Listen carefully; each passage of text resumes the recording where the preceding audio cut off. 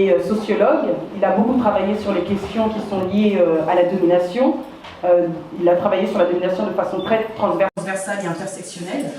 C'est un militant de terrain, je précise de terrain parce que c'est important pour nous, qui quand même, c'est un militant, on va dire, des premières luttes. En 1983, il avait participé à la marche pour l'égalité et contre le racisme.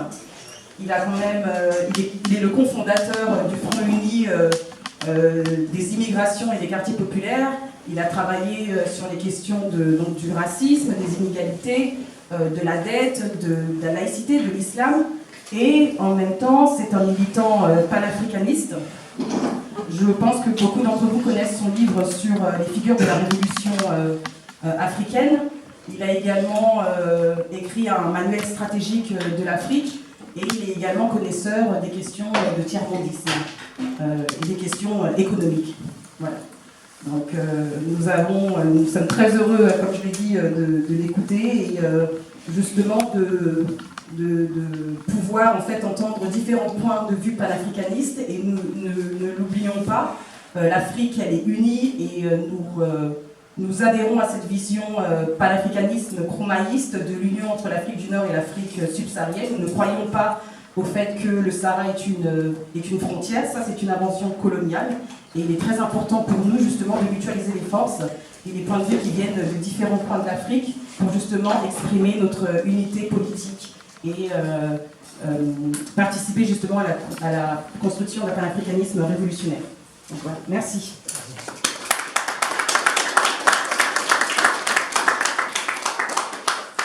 Bien, c'est à moi de vous remercier de m'avoir invité, parce que je suis, moi, à un moment de ma réflexion, de mes travaux, de mes mobilisations, où il y a à la fois pour l'Afrique de l'espoir et de l'inquiétude. De l'espoir parce que, j'en parlerai tout à l'heure, je sors d'une tournée cet été, une longue tournée dans toute l'Afrique de l'Ouest pour débattre des questions liées à mes ouvrages et en particulier du panafricanisme, et où j'ai pu constater l'émergence d'une nouvelle génération militante anticoloniale très jeune, qui est porteuse d'espoir, et en même temps le sentiment que nous n'avons plus des masses de temps où nous réussirons à dépasser les coupures intra-africaines qui ont été posées par la colonisation, où nous risquons d'avoir un dépassement de l'État-nation, non pas par le haut, mais par le bas.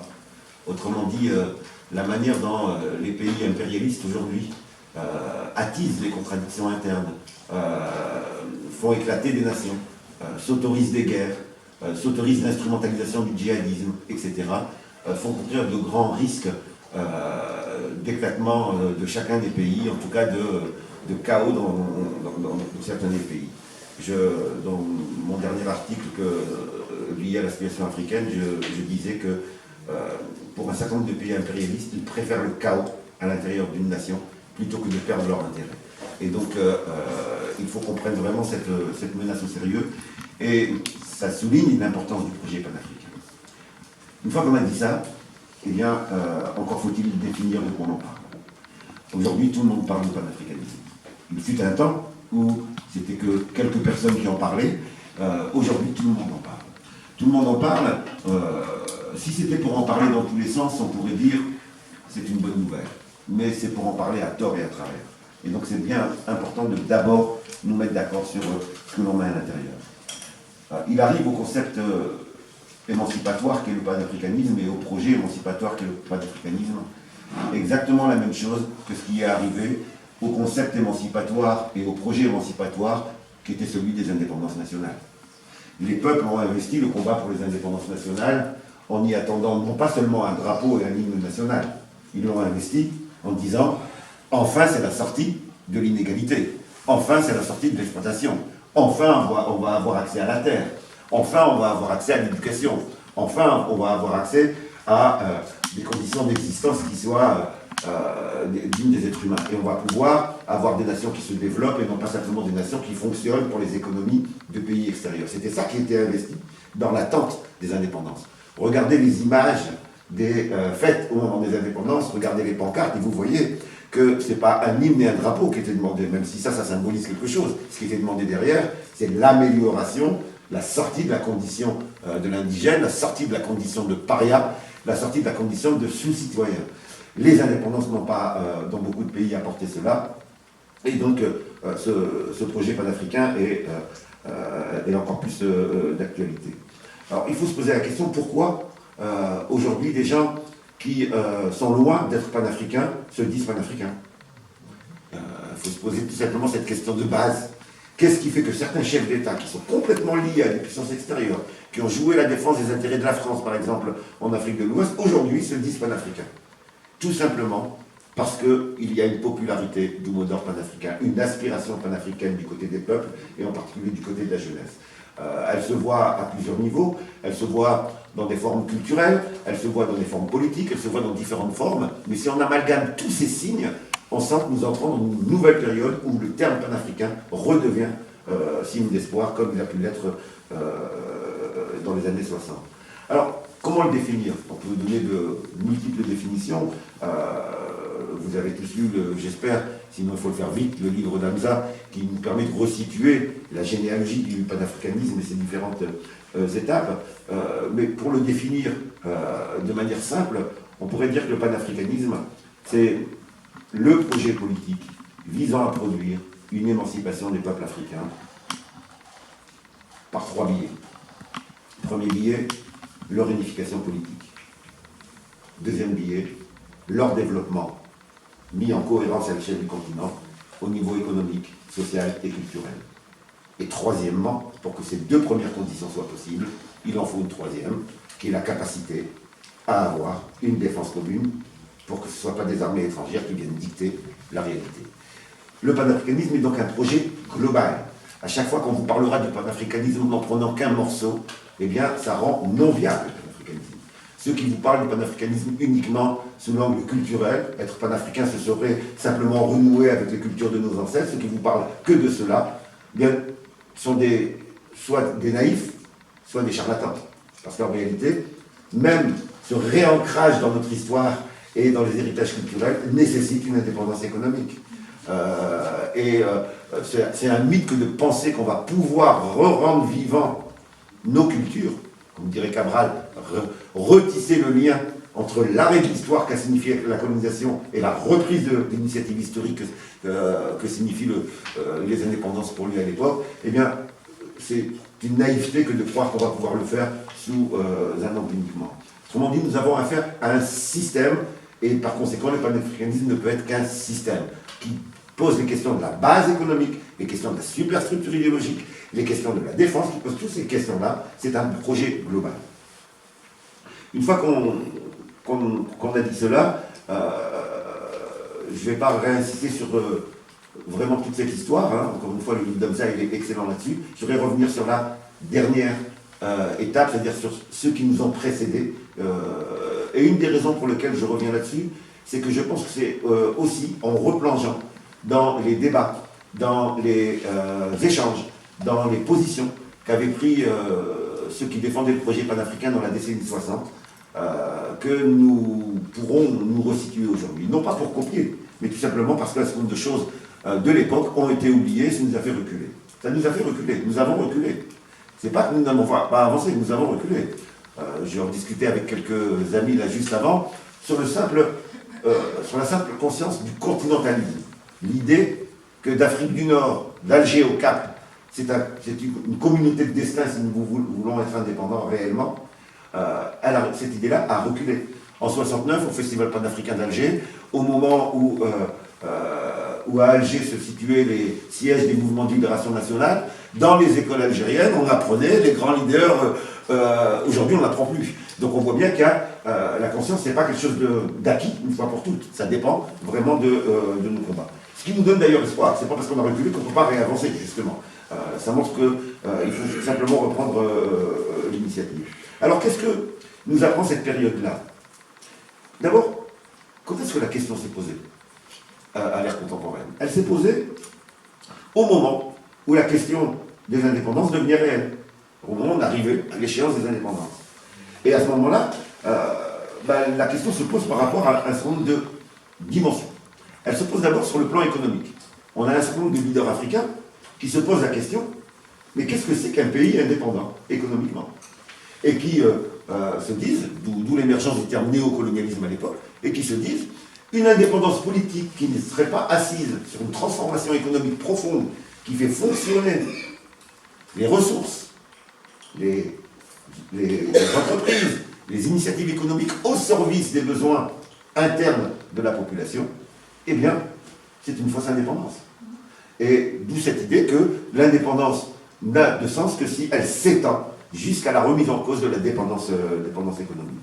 Le livre de Nkrumah sur le néocolonialisme décrit, justement, c'est le grand apport de ce livre, qui est encore d'une actualité brûlante, même si certains des aspects qu'il décrit ont changé, mais ils n'ont pas changé sur le fond, ils ont changé sur les formes de gestion de la dépendance.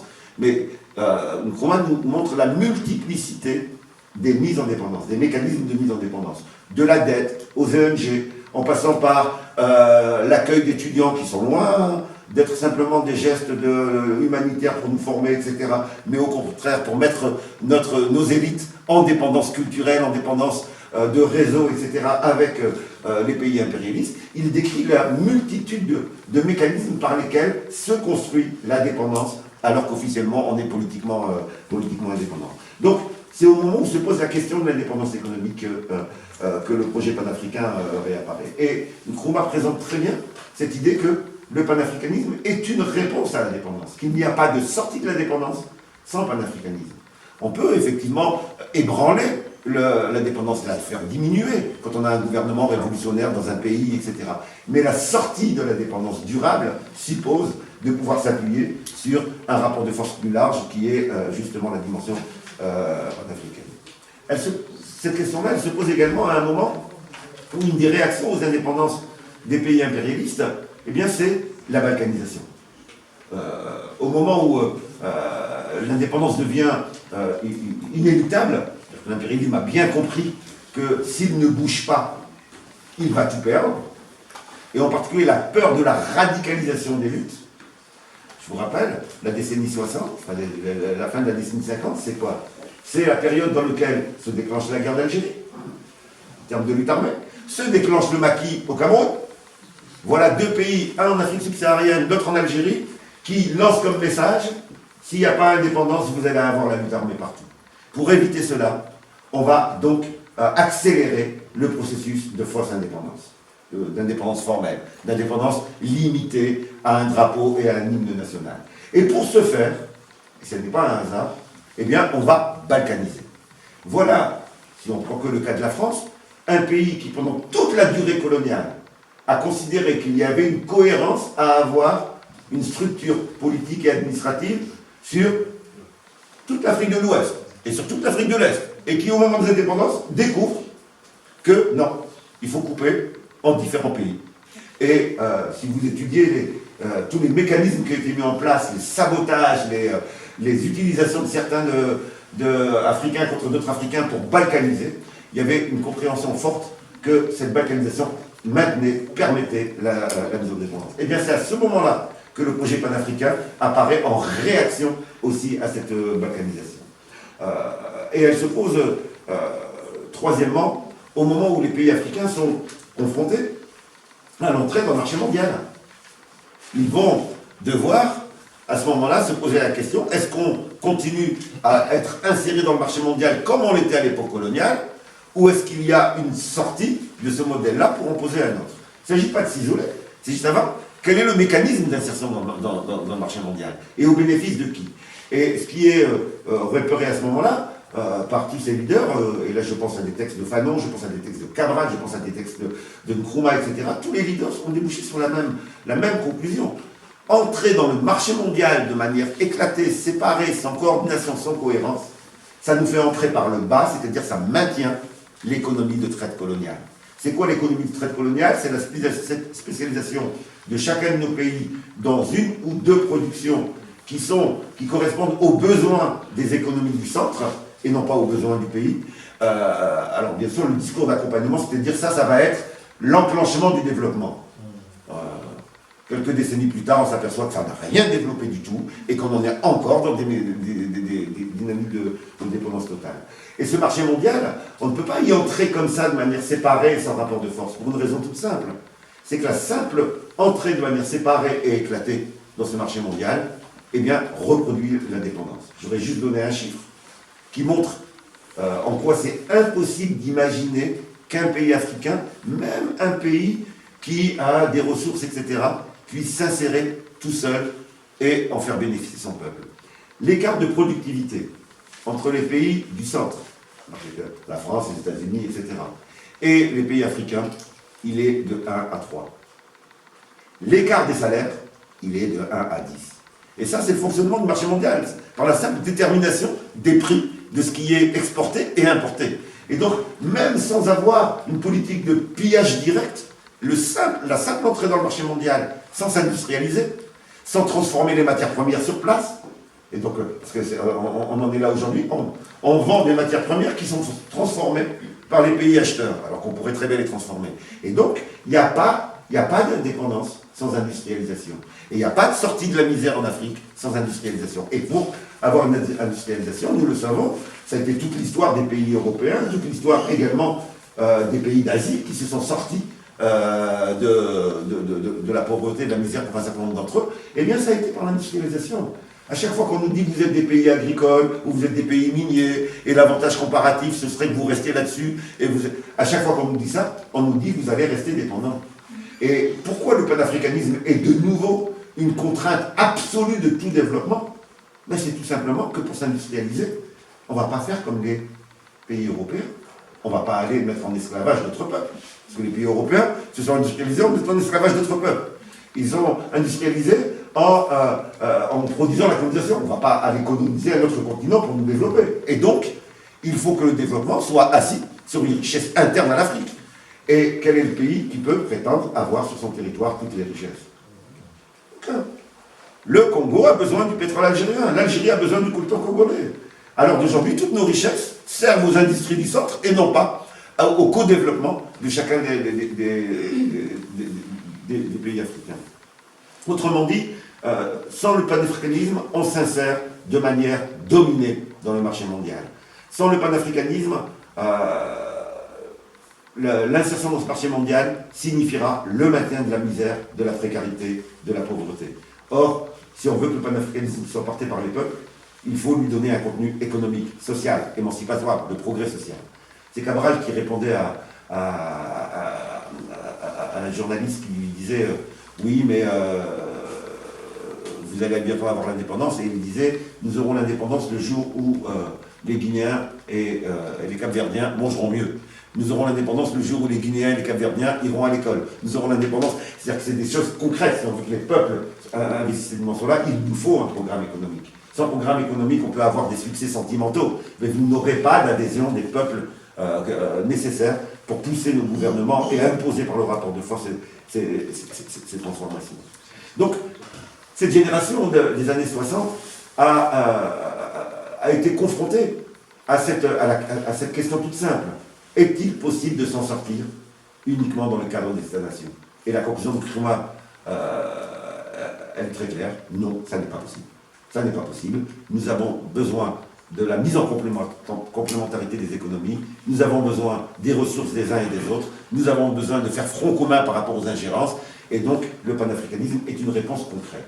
Pour le résumer, une phrase que j'écrivais en conclusion d'un de mes livres et que j'aime beaucoup répéter, à moins de choisir la misère pour nos peuples, il y a une communauté de destin pour tous les habitants du continent. Si nous voulons que nos peuples aillent mieux, nous avons une communauté de destin qui est nécessaire. Alors je sais bien que quand on dit ça, certains me disent que vous êtes des rêveurs, des utopistes, quand même les États-Unis, on n'arrivera pas. L'histoire parfois s'accélère.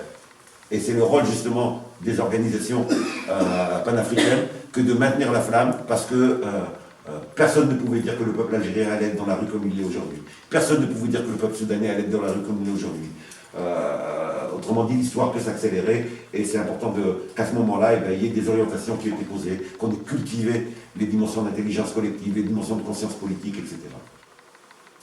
À l'époque de ses prédécesseurs, alors si je parle beaucoup de ses prédécesseurs, c'est pour une raison toute simple.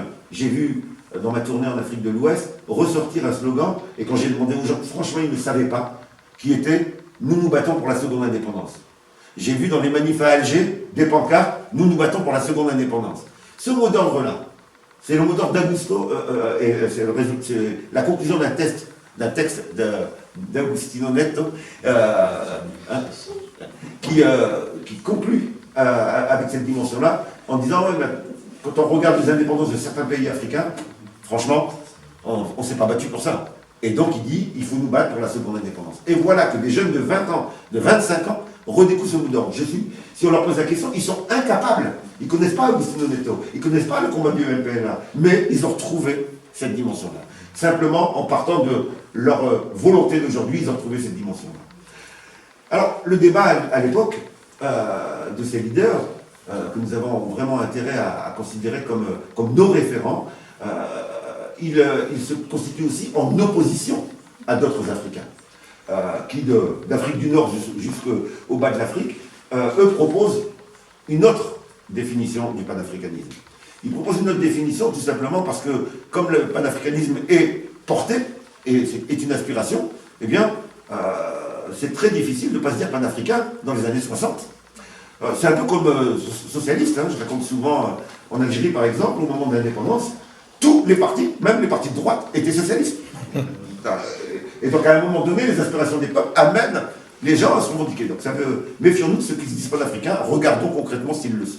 Et sur notre groupe, il mettait en avant quoi? Il mettait en avant que le panafricanisme était d'abord une question culturelle et identitaire. Vous vous rappelez Mobutu et l'authenticité?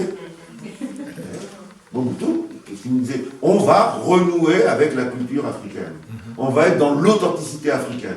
On a vu nos chefs d'État s'habiller comme nos ancêtres, comme si cela suffisait à l'idéal panafricain. En réalité, tous ceux qui ont tenté de réduire, encore une fois la culture est importante, mais réduire le panafricanisme à la culture, c'était en opposition avec tous ces leaders qui, eux, posaient un projet global, systémique, un projet de déconnexion avec la dépendance.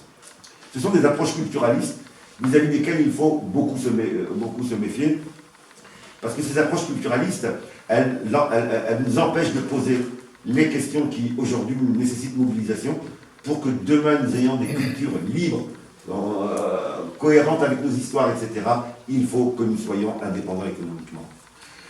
C'est pas moi qui le dis, c'est... là aussi, c'est un texte que je mets moi à l'étude de tous les groupes qui veulent travailler là-dessus. C'est le texte de Cabral sur la culture. Le texte de Cabral sur la culture nous permet de saisir ces liens-là. Cabral nous dit, vous savez, notre histoire c'est quoi? Les colonisateurs nous disent que nous n'avons pas d'histoire, nous disons, vous avez arrêté notre histoire. Vous avez bloqué notre histoire. Il s'agit de la reprendre. Et il dit, on va la reprendre comment? Certains nous disent on va la reprendre uniquement par la culture. Et Cabral dit une culture qui n'est pas assise sur une base matérielle, sur une autosuffisance, sur une indépendance, elle va être une culture qui est une culture figée, une culture morte. Nous n'avons pas besoin d'un retour à une culture morte. Nous avons besoin que les cultures africaines reprennent toute leur place dans le concert des nations, reprennent toute leur capacité de contribution à l'histoire mondiale. Et pour cela, ça ne peut pas être simplement du folklore. La culture, ça n'est pas le folklore. Et tous ceux qui nous réduisent au folklore, eh bien, ne nous aident pas ce combat-là. En tout cas, à l'époque, un Cabral, un Fanon, un Nkrumah s'expriment contre cette réduction culturaliste. Je le dis parce que je suis beaucoup moins en Afrique qu'ici, d'ailleurs. Hein. Je suis un peu inquiet de certains débats, ou de certaines questions dans les débats qu'on a, où très vite les questions reviennent sur la culture. Et alors qu'en Afrique, dans ma tournée, les gens parlaient, les questions, c'était le franc CFA. C'était les accords de partenariat européen avec l'Europe. Ici, c'est j'ai des questions sur est-ce qu'il faut s'habiller à l'européenne et là, on se dit il y a un décalage de conscience qui est particulièrement problématique. Ceci dit, c'est pas étonnant, juste une petite parenthèse de sociologue, c'est pas étonnant. L'immigration est toujours une souffrance. L'immigration est une souffrance. On se pose la question de c'est quoi notre devenir, et donc la culture peut être un point d'accroche. Il faut juste Quand on parle de panafricanisme, ne pas confondre, c'est complètement normal qu'on ait des espaces culturels et il faut les développer, mais ça ne fait pas le projet panafricain. Dans l'ensemble de ces apports, il y a l'apport de Nkrumah qui est particulièrement important, et je voudrais juste le résumer en cinq apports de Nkrumah. Nkrumah nous apporte d'abord une première idée, c'est qu'il n'y a pas d'indépendance économique possible sans autocentrage de l'économie sur les besoins des peuples africains. Autrement dit, ce qui doit nous amener à dire est-ce qu'on cultive de l'arachide ou est-ce qu'on développe, je ne sais pas, les économies vivrières, ce sont les besoins des peuples africains. Tout critère de choix qui est uniquement orienté vers uniquement l'apport de devises, uniquement ce qui est rentable immédiatement, si on ne prend pas en compte les besoins des peuples africains, les besoins de leur développement. Donc la question de l'autocentrage de l'économie est une question essentielle. Encore une fois, toutes les économies du monde commercent entre elles, donc on va commercer, on va continuer à acheter et vendre avec l'extérieur. Le problème c'est on achète et on vend quoi et au profit de qui? Et c'est ça la question qui est posée. Second apport de Nkrumah, c'est qu'il nous explique que c'est un autocentrage qui est nécessaire, donc que nos économies soient tournées sur les besoins de nos peuples, il n'est possible qu'à un échelon qui dépasse l'État-nation, les États-nations africaines telles qu'elles sont. Il donne dans son livre toute une série d'exemples de gâchis économiques si chacun des pays se met à développer les mêmes choses. Il y a des pays voisins qui vont développer des productions d'électricité alors qu'on a un fleuve qui permettrait d'alimenter toute la région. Qu'est-ce que ça veut dire que chacun des budgets nationaux va gâcher des investissements dont on a besoin pour ailleurs. Donc l'autocentrage, il n'est possible qu'à une échelle au moins régionale, et bien entendu, le souhaitable, c'est le continental. Troisièmement, nous dit Nkrumah, pour que cet autocentrage soit possible à long terme, il faut mettre en cohérence les différentes économies. Le colonialisme a détruit toutes les économies, mais nous ne sommes pas dans la même situation dans chacun des pays. Ce n'est pas les mêmes types de ressources à un endroit ou à un autre, et donc la mise en cohérence des différentes économies est une nécessité. Et pour ça, nous dit Nkrumah, eh bien, il nous faut une planification africaine qui va dire, ben, compte tenu des besoins des pays africains, eh bien, on va demander à l'Algérie d'investir plus dans ce domaine-là que dans tel autre secteur. Parce que tel autre secteur, il y aura un autre pays africain qui va le travailler. Donc la dimension de planification, elle est essentielle. Et il n'y a pas de planification qui dépasse l'État-nation si on n'a pas au moins une dynamique régionale, si ce n'est continentale. C'est dire d'ailleurs que tous ceux qui nous parlent de panafricanisme libéral, de panafricanisme qui serait sur la loi du marché, uniquement les entreprises privées, etc., eh bien, nous trompent, puisqu'il nous faut une planification. Or, le libéralisme, par définition, c'est le refus de la planification.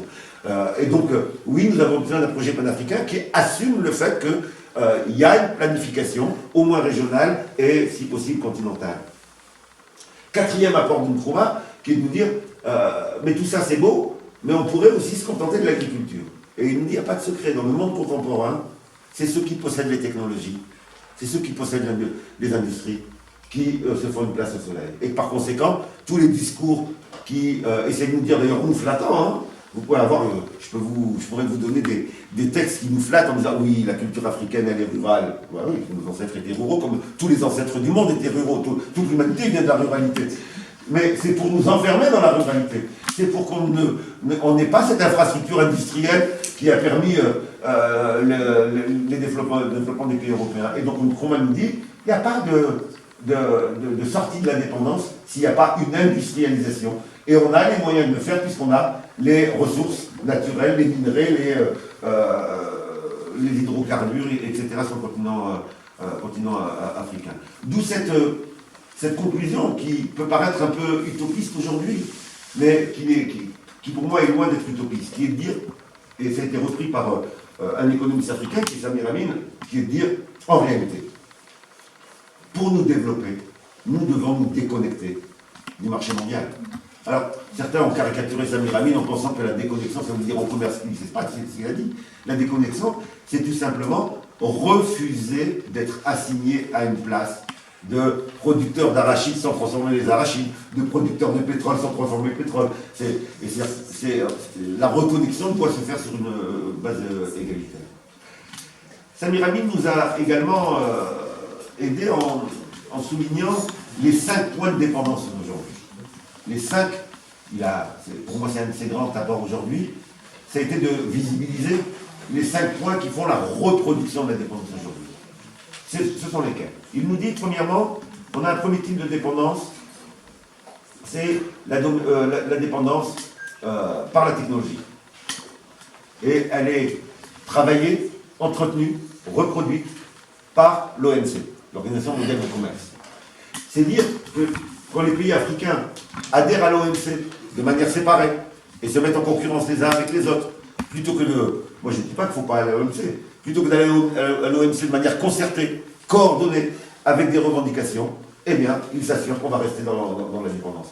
Et si je dis cela, c'est aussi parce que nous avons, en attendant d'arriver à des conditions qui permettent le panafricanisme intégral, nous pouvons faire pression sur le gouvernement pour au moins arracher des morceaux de ces dimensions-là.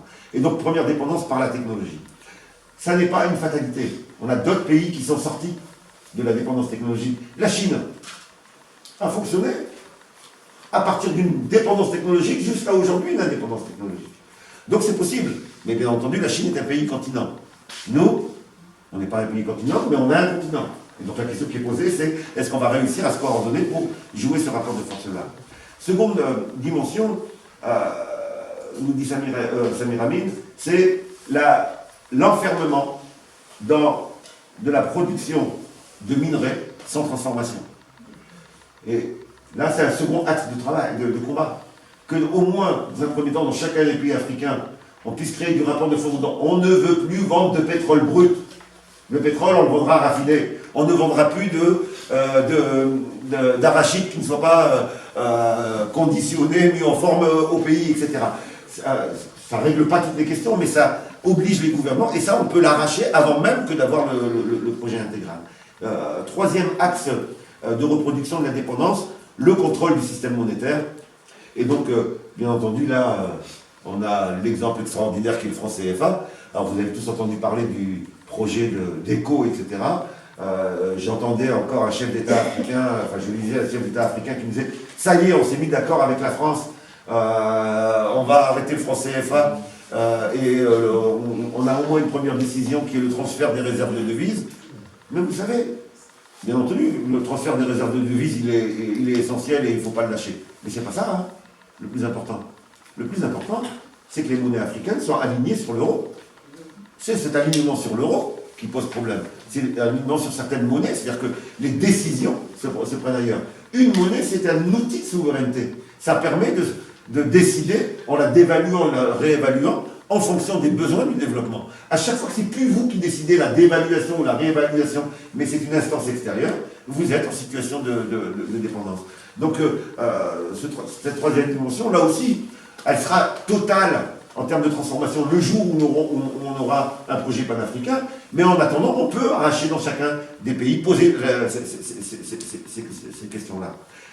Quatrième élément, nous dit Samir Amin, le contrôle des moyens de communication et d'information. Alors disons très nettement, c'est une des raisons de l'assassinat de Kadhafi. Kadhafi, moi j'ai plein de contradictions avec lui, mais il avait des projets très concrets, et un des projets, c'était une chaîne d'information, un satellite, qui permettait d'avoir la souveraineté sur le type d'information qu'on diffusait sur le continent africain. Aujourd'hui, ce sont les grands médias des pays occidentaux qui produisent les matières premières des informations qui servent à nos journalistes au pays. Alors, c'est dire que si on attend que l'information venant de l'extérieur nous informe réellement sur nos pays, on peut attendre longtemps. Et donc là aussi, la question d'une chaîne de télévision panafricaine, la question d'un satellite commun, etc., elle peut être portée. On sera complètement indépendant le jour où il y aura un projet panafricain, mais en attendant, on peut arracher des morceaux. C'est-à-dire que l'utopie panafricaine ne signifie pas qu'on ne peut rien obtenir tout de suite. C'est exactement l'inverse. L'utopie panafricaine nous donne la première étape et nous donne le chemin aussi entre cette première étape et la deuxième et la troisième. Donc elle crée une dynamique transhistorique, une dynamique de long terme qui nous permet d'avoir une stratégie. Et puis, dernier élément, nous dit Samir Amin, le contrôle des éléments de destruction massif, il les appelle comme ça, c'est-à-dire, sommes-nous capables de nous défendre à l'heure d'aujourd'hui? Et là, on est obligé de de constater, hein, je fais qu'un constat, certains m'ont dit que j'étais dans la théorie du complot. Moi, je constate que les pays qui ont combattu le djihadisme de manière autonome ou en s'appuyant sur d'autres puissances que l'ancienne puissance coloniale, eh bien, il y a recul du djihadisme. Et les pays qui ont sous-traité le combat contre le djihadisme à l'ancienne puissance coloniale, eh bien, non seulement il n'a pas reculé, mais il touche maintenant de nouveaux pays, vous savez ce qui se passe au Burkina, etc. Donc on peut quand même se poser la question, et c'est pour ça que je parlais de stratégie du chaos, en tout cas une tentation de cela pour un certain nombre de pays européens. Comment peut-on imaginer qu'on va développer, même avec une petite étape, une indépendance réelle, un développement économique réel, s'il y a autant de soldats étrangers sur le territoire? Mais quand vous regardez le nombre de soldats français qu'il y a juste dans la zone sahélienne, en Afrique de l'Ouest, vous vous dites, mais on est revenu à l'époque coloniale. Et donc là, la question de la défense africaine, elle est de nouveau posée. Tous ceux qui parlent de panafricanisme, sans aborder ces 5 éléments-là, n'ont pas une approche systémique. Ils peuvent être sincères, mais n'ont pas une approche systémique. Or, le panafricanisme, c'est un changement de système. Ça n'est pas une modification de la dépendance. Ça n'est pas prendre la dépendance pour la diminuer un petit peu. C'est un projet de sortie du système de dépendance, et donc ça suppose que toutes ces questions-là soient abordées. Elles soient abordées en termes de point de rupture.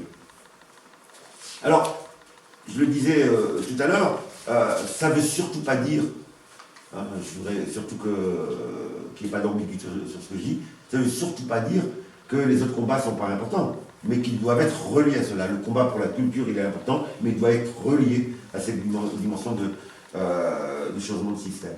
Alors c'est d'autant plus... et surtout que sur la question culturelle, nous avons à approfondir la réflexion. Nous n'en sommes qu'au tout début de la réappropriation culturelle. Parce que quand on parle de réappropriation culturelle, encore faut-il qu'on débatte entre nous de ce que l'on veut se réapproprier. Est-ce qu'il s'agit de se réapproprier la culture détruite et blessée, comme disait Cabral, par la colonisation? Est-ce qu'il s'agit de recréer les conditions pour que les cultures africaines, à partir de leurs racines, se redéveloppent? Et est-ce qu'il s'agit d'une culture africaine unique? Ou est-ce que l'Afrique est une diversité culturelle? Parce que non, je pense qu'il n'y a aucune raison, et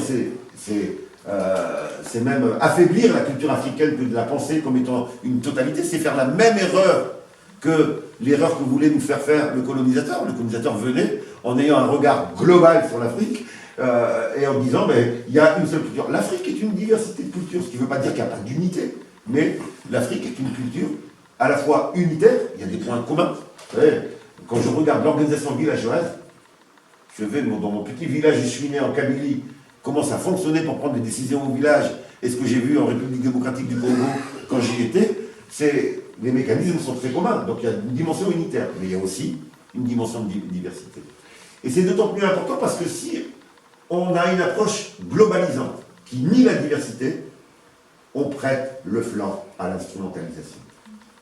C'est-à-dire qu'on va prêter le flanc à des interventions extérieures qui vont venir utiliser telle diversité qui va s'estimer ne pas être pris en compte pour la retourner contre la nation. On l'a vu au Congo. Rappelez-vous quand même, une première attaque au Congo, ça a été quoi? Ça a été de dire, on va s'occuper sur telle région qui n'est pas pris en compte, on va s'appuyer là-dessus et on a créé de la sécession. Là-dessus, il y a un très beau texte de Ruben Ouniobe du Cameroun, grand leader camerounais, qui, j'aime beaucoup son résumé, il nous dit nous sommes contre le régionalisme, mais nous ne sommes pas des tribalisateurs. Comment dit, le problème, ce n'est pas notre diversité, ce n'est pas les tribus, c'est pas notre problème, c'est comment ça ne crée pas de l'éparpillement, mais ça soit inscrit dans une dynamique unitaire. Or, dans certains discours panafricains aujourd'hui, on a l'impression qu'on cherche à réinventer une culture unique, mais cette culture unique, si elle ne vient pas d'en bas, si elle n'est pas le résultat des contacts économiques entre les peuples, d'échanges, etc., ça va être une culture qui va être une culture irréelle, une culture qui ne va pas être prise en compte, qui ne va pas être vivante. Vous savez, nous on l'a vécu en Algérie, puisqu'on a en Algérie, on a un gouvernement qui dans les années 70 a décidé, avec le discours de renouveau culturel, qu'il fallait tous parlaient la même langue.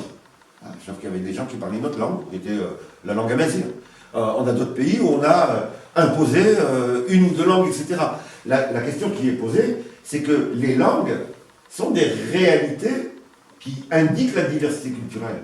Et par conséquent, partir du respect de toutes ces langues est une condition nécessaire. Ce qui ne veut pas dire qu'on n'a pas besoin de langue commune. Mais langue commune et langue unique, ce n'est pas la même chose. Mais langue commune et on peut très bien avoir dans un pays une ou deux langues communes, ce qui ne veut pas dire qu'on va détruire les autres langues. Et cette idée d'une culture unique, elle est extrêmement dangereuse. Elle peut en réalité nous flatter. Pourquoi? Parce qu'on se dit on va être plus fort face à la culture des dominants. Mais en réalité, elle nous affaiblit.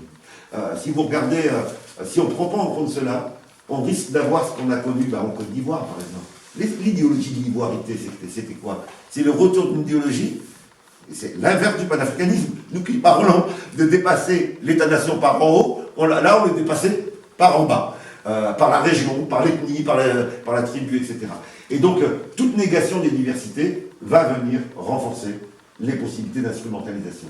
Donc surtout, parlons de cultures diverses, parlons de diversité de cultures, ce qui ne veut pas dire qu'on a, quand on parle de cela, qu'il n'y a pas d'unité. L'autre élément qui est essentiel à prendre en compte, c'est la période actuelle. Nous sommes dans une période où il y a des conditions nouvelles, pleines d'espoir pour nous. Je voudrais juste en citer quelques-unes, parce que le temps passe vite et donc je vais m'arrêter bientôt. Première grande transformation, mais qui est énorme, qui était inimaginable il y a 15 ans. C'est le développement des pays émergents. Le développement de la Chine, l'Afrique du Sud, le Brésil, l'Inde, qui permettent, si on avait des gouvernements qui étaient panafricains, indépendants, etc., qui permettent de s'appuyer sur d'autres pays pour avoir un transfert de technologies, pour avoir, etc. Encore faut-il que nos gouvernements l'exigent. Encore faut-il qu'ils le mettent comme condition du commerce, ce qui n'est pas dans beaucoup de pays le cas, etc. Et ceci dit, on est sur une nouvelle réalité. Auparavant, un pays qui devait s'industrialiser, par exemple en Algérie, on a connu dans la décennie 70 un gouvernement qui tentait l'industrialisation, mais qui était dépendant de qui? Il n'y avait pas les puissances émergentes. Ils étaient dépendants de qui? Quand ils voulaient développer l'industrie sidérurgique, ils devaient acheter des machines allemandes ou françaises, qui bien entendu n'étaient pas données comme cela, et qui bien entendu étaient sabotées, etc. Aujourd'hui, il y a la possibilité d'avoir un panel, de jouer sur une offre plus diverse, et donc c'est une condition nouvelle pour le panafricanisme qui est une bonne nouvelle. Seconde dimension, l'aspiration des peuples. Et là, si je peux me permettre, si j'ai encore un tout petit peu de temps, peut-être vous dire ce que mon impression, j'ai fait une tournée cet été en Afrique de l'Ouest, dans 4 pays d'Afrique de l'Ouest, et ce qui m'a marqué. Ce qui m'a marqué d'abord, c'est la jeunesse des militants. Plusieurs centaines au débat central de Dakar, par exemple. Allez, la moyenne d'âge, très franchement, c'était 30 ans maximum. Il y avait des jeunes de 18 ans, de 20 ans. Alors, ils sont arrivés de manière spontanée comme cela, hein, c'est clair. On a bien vu que là, c'était l'ensemble des militants qui étaient regroupés autour des mouvements France Dégage, API Dégage, etc. C'est eux qui ont été le levier de quelque chose. Mais on a, là, bien au-delà des militants, les militants, ils étaient, on va dire, une vingtaine à Dakar, mais ils influençaient un nombre de personnes énorme. Et il ne faut vraiment pas sous-estimer cela. Je le disais tout à l'heure en aparté, devant le mur de la fac de Dakar, il y a un immense slogan où il est écrit « France dégage ». Je vais voir donc les militants de France dégage, et je leur dis « bravo, on ne peut pas le rater. Hein. » Ils me disent « c'est pas nous. C'est pas nous. » C'est-à-dire que c'est quelqu'un qui a entendu, lu l'analyse de France dégage, qui tout seul, spontanément, ou avec un groupe de copains, a repris ce slogan-là. Il y a les groupes militants, mais il y a la force d'impact de ces groupes militants, et c'est essentiel dans la jeunesse aujourd'hui.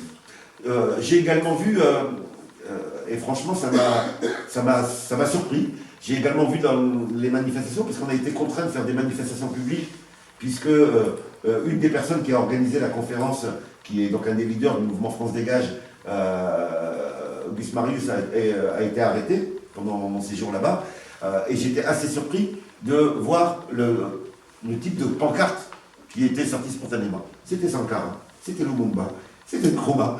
Et voilà, voir des jeunes de 25 ans ressortir ça. Et on avait vu la même chose quand il y a eu le mouvement contre Blaise Compaoré au Burkina Faso, où les jeunes ressortaient des images de la génération précédente. Troisième élément qui m'a fortement surpris, c'est la soif de débat. Franchement, ils m'ont risé. Moi, j'étais venu en me disant, je vais avoir 2-3 conférences à Dakar. J'ai passé 10 jours au Sénégal. Très franchement, je suis revenu complètement vanné. Et je me suis dit, bon, maintenant je vais au Burkina, ça va être plus calme. Exactement la même chose. Une conférence est terminée et j'avais le groupe d'étudiants qui venaient en me disant, Monsieur Bourama, ce soir, on aimerait bien faire une causerie. Ok. Et à la fin de la causerie, mais nous, on est le groupe de femmes et on aimerait bien. Et on sentait cette soif-là. Donc il y a vraiment besoin de cette soif. Et je pense que ça fait partie de nos responsabilités que de mettre à disposition tous ceux qui peuvent permettre d'animer ces débats. Il y en a là-bas, il y en a ici. Il faut qu'on mette tout ça en synergie. Et puis une dimension très, très émotive que j'ai eue en particulier à Dakar. Moi, je suis culture marxiste, et donc il y a un certain nombre de gens très âgés au Sénégal qui connaissaient mes textes depuis longtemps. Donc c'était la génération justement des premiers partis et donc ils sont venus aux conférences et donc on avait des gens de 85 ans qui étaient là et ça a été un moment de rencontre entre cette nouvelle génération et ces personnes et c'était magique quand le fondateur du Parti africain de l'indépendance prend la parole à Dakar au moment de la conférence et qu'il décrit le projet panafricain du PAI. Nous étions un parti panafricain et vous avez des jeunes de 20 ans qui découvrent, qui ne connaissent pas cette histoire.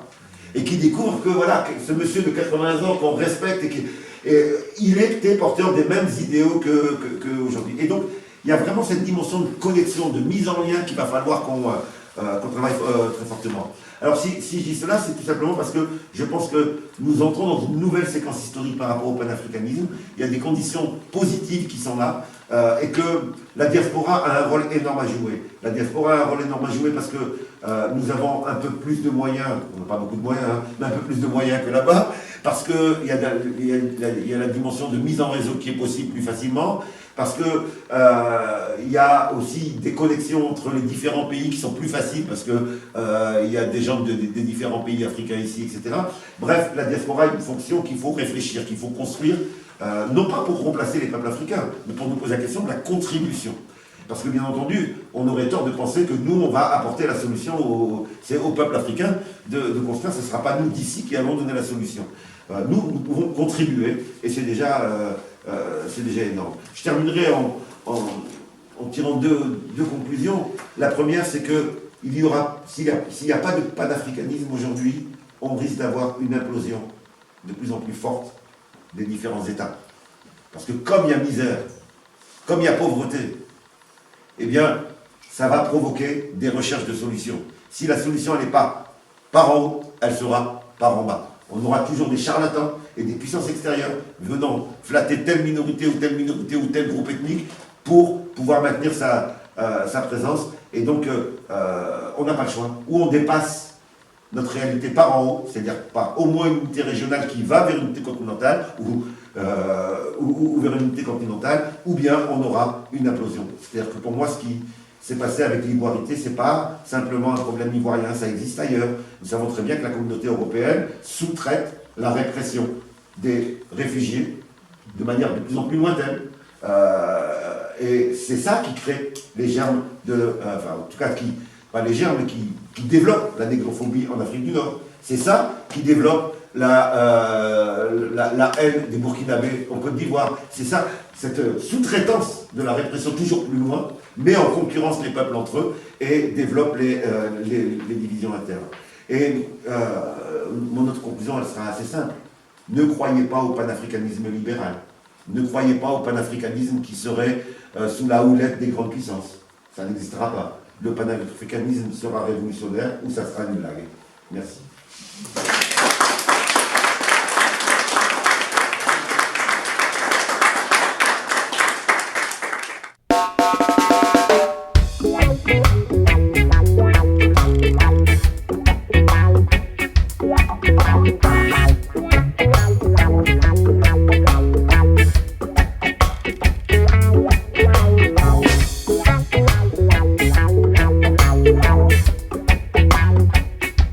Thank you.